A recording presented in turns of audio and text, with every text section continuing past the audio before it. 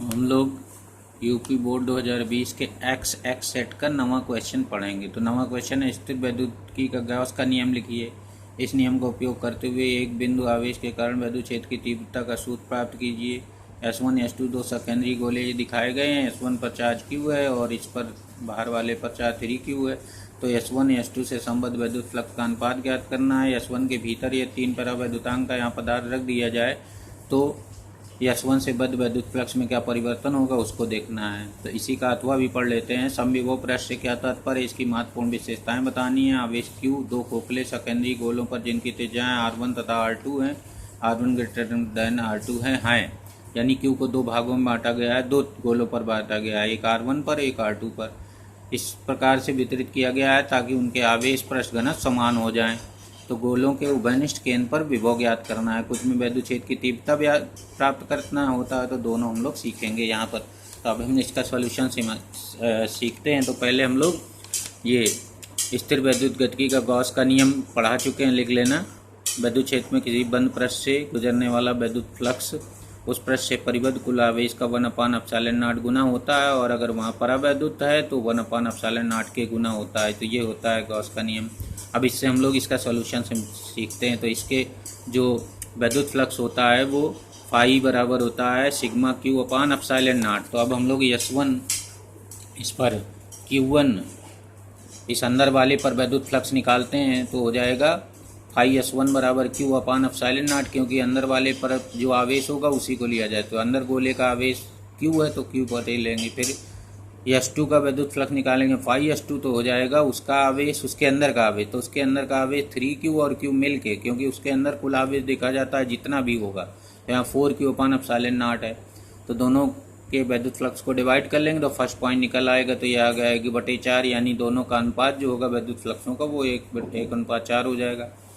अब हम लोग S1 गोले के अंदर 3 परावैद्युतांक का पदार्थ रख देंगे। तो यहाँ पर फार्मूले में यहाँ के बढ़ जाएगा, तो वैद्युत फ्लक्स हो जाएगा सिग्मा Q/ε0 के की जगह 3 हो जाएगा। Q/ε0 शुरू में S1 आया है, ये फाई S1 आया है, तो यह आ जाएगा फाई S1/3, अर्थात अब वैद्युत फ्लक्स 1/3 रह जाएगा, 1/3 रह जाएगा। तो ये है दूसरा सवाल।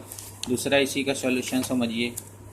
जो हम लोगों ने अथवा देखा है, तो अथवा वाले में माना छोटे गोले पर आवेश Q है। देखिए दो गोले हैं, R1 और R2 त्रिज्या के हैं, तो R1 की त्रिज्या ज़्यादा है, R2 की कम है। तो R1 को हम बाहर बनाएंगे, बड़ा गोला बनाएंगे, R2 को छोटा गोला बनाएंगे। तब मान लेंगे कि R2 अंदर वाले गोले पर Q' आवेश है, और तो बाहर वाले पर हो जाएगा Q - Q', क्योंकि टोटल Q था तो Q में से Q' इसको मिल गया, तो ये बाहर वाले पर बच गया। तो बस इतना।